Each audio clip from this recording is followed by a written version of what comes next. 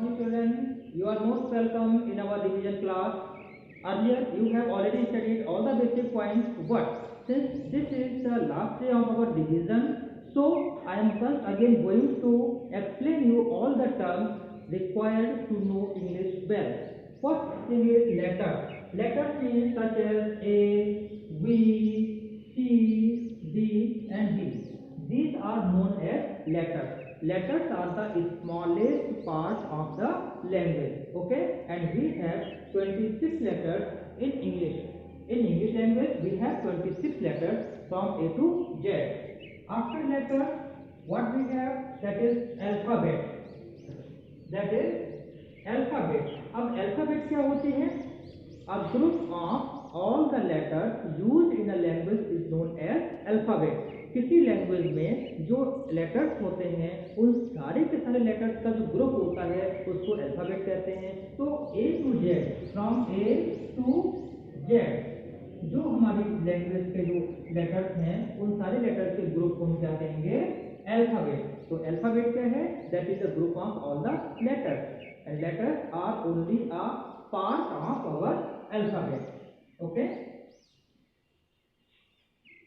Then third point is word. अब smallest part was letter, then alphabet, and now word. Word क्या होता है? It is a group of words that has a certain sense. एक ऐसा group होता है letters का जिसका एक certain sense होता है. जैसे हमने लिख दिया APL, so this is a word. Again we write APPLE, apple. All these are words. Is that clear?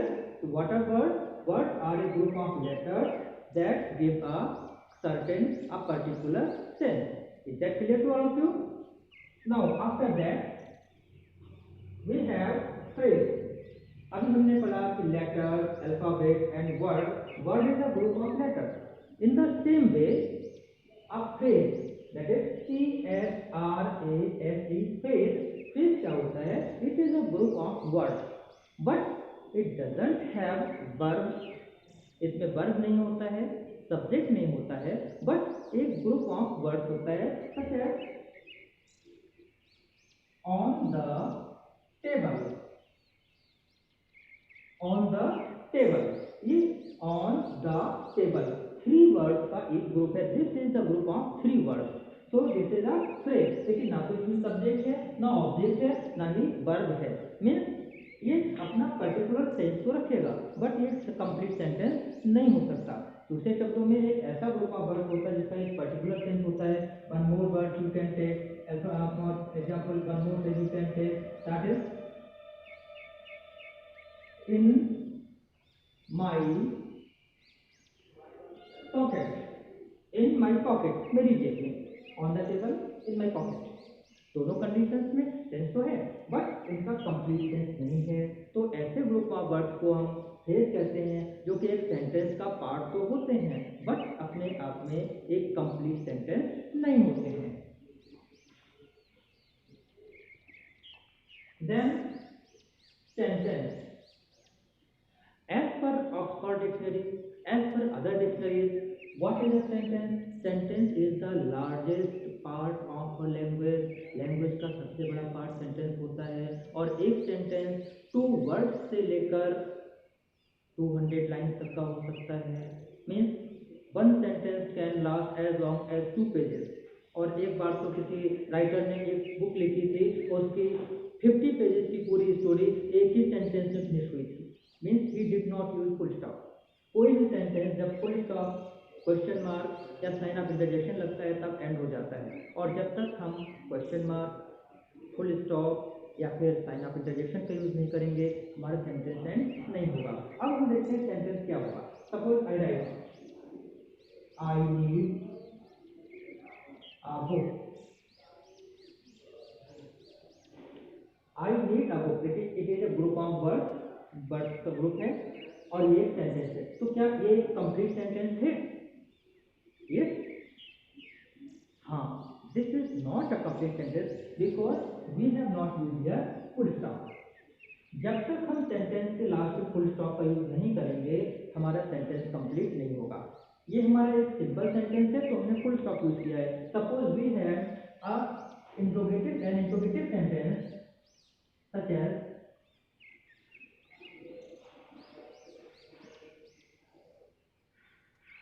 Is this a new book. अब क्योंकि वर्ब हमारा बिगनिंग में हो गया है इसलिए तुम्हारा क्वेश्चन सेंटेंस हो गया, लेकिन this is also not a complete sentence because I have not used here a question mark. One more, how good you are. How good you are, wow कितने अच्छे हो। लेकिन this sentence is also incomplete. ये sentence भी हमारा incomplete है। क्यों incomplete है? बिकॉज इसमें साइन ऑफ इंटरजेक्शन का यूज हमने नहीं किया है। तो ध्यान रखना है जो सेंटेंस होता है वो ग्रुप ऑफ वर्ड होता है, उसका एक कंप्लीट सेंस होता है, परमानेंट सेंस होता है, प्लस जब तक सेंटेंस के एंड में according to the requirement of the sentence full stop, question mark या फिर साइन ऑफ इंटरजेक्शन नहीं होता है तब तक सेंटेंस कंप्लीट नहीं होता है। और अर्लियर लास्ट टाइम में एग्जाम में हमने कॉपीज को चेक किया तो पाया कि बहुत सारे बच्चे full stop, question mark, sign of interjection को छोड़ देते हैं और ऐसे बच्चों के क्वेश्चन में से 1/2 मार्क्स को कट कर लिया जाता है। मीन्स अगर आप अपने सेंटेंस में फुल स्टॉप का, क्वेश्चन मार्क का या साइन ऑफ इंटरजेक्शन का एज पर रिक्वायरमेंट जरूरत के हिसाब से यूज नहीं करेंगे तो उतनी सी चीज पर सिर्फ एक डॉट पर आपका आधा नंबर काट लिया जाएगा। You will lose your half marks. It is clear to all of you? Now let us go further.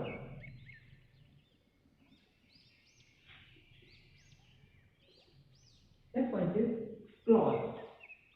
हम अपने का सब सेंटेंस हो गया, फ्रेज हो गए, लेटर्स हो गया, अल्फाबेट हो गया, वर्ड्स हो गए, अब ये क्लॉज क्या है? ये कौन सी नई क्रिया है?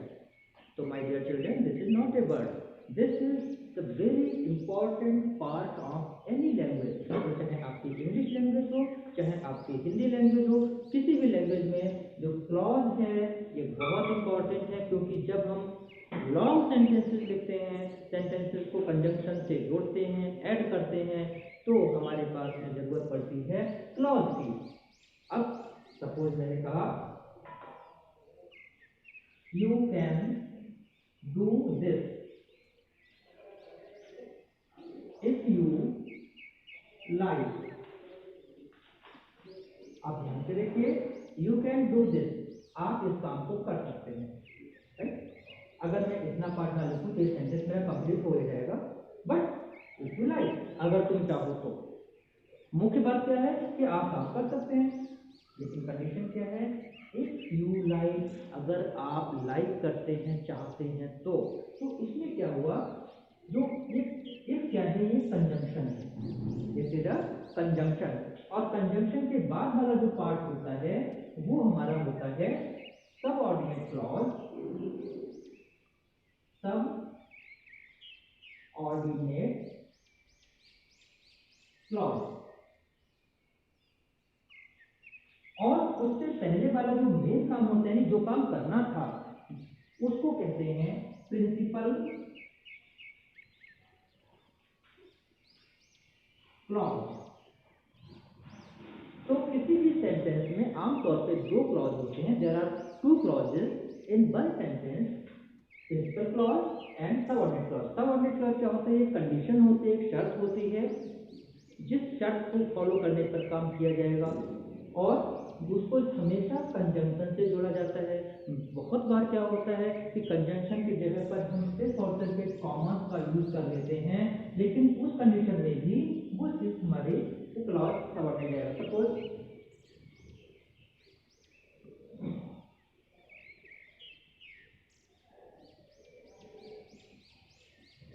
no sooner did he go, comma, or then I came। अब यहाँ पर हम then की जगह पर कॉमा का यूज भी कर लेते हैं। हालांकि बहुत सारे लोग कहेंगे कि then ही होना, हाँ वो ठीक है, बट मैनी टाइम्स हम then को यूज करके कॉमा का यूज भी कर लेते हैं और then भी यूज कर लेते हैं। तो इस कंडीशन में भी आई कम, आई केम, देन आई केम, ये हमारा सबऑर्डिनेट क्लॉज हो जाता है। So this was the basic facts that you have to know. After that, we will make some more information about English, and about that one is part of the speech.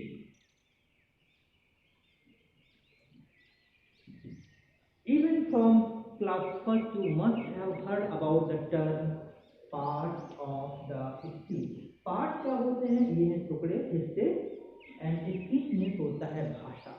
तो भाषा के हिस्से means those parts, those particles of the language that consist of the language। भाषा को पूरा बनाने के लिए हम जिन पार्ट यूज करते हैं उनको part of the speech use कहते हैं। In English there are 8 parts of speech. There are 8 parts of the speech। 8 parts of the speech है।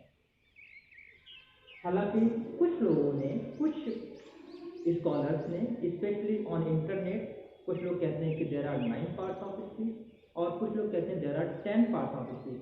लेकिन अभी भी आज की डेट तक जो हमारा स्कूल और कॉलेज में एकेडमिक्स में पढ़ाया जाता है, अच्छी बुक्स जो ऑक्सफर्ड है, ब्रिटिशर्स हैं, रेड एंड मार्टिन हैं, जॉन लियो हैं, इस तरह के जो अच्छे राइटर्स हैं वो आज भी पार्ट्स ऑफ स्पीच को 8 ही बताते हैं और 8 ही पढ़ाया जाता है। आपके नॉलेज के लिए बता दें कि उन्होंने, कुछ लोग उसको 9 भी कहते हैं और कुछ लोग 10 भी बोलते हैं, बट बेसिकली जो हमारी एकेडमिकल बुक्स में है there are 8 parts of the speech. Can you tell the name? Yes, of course.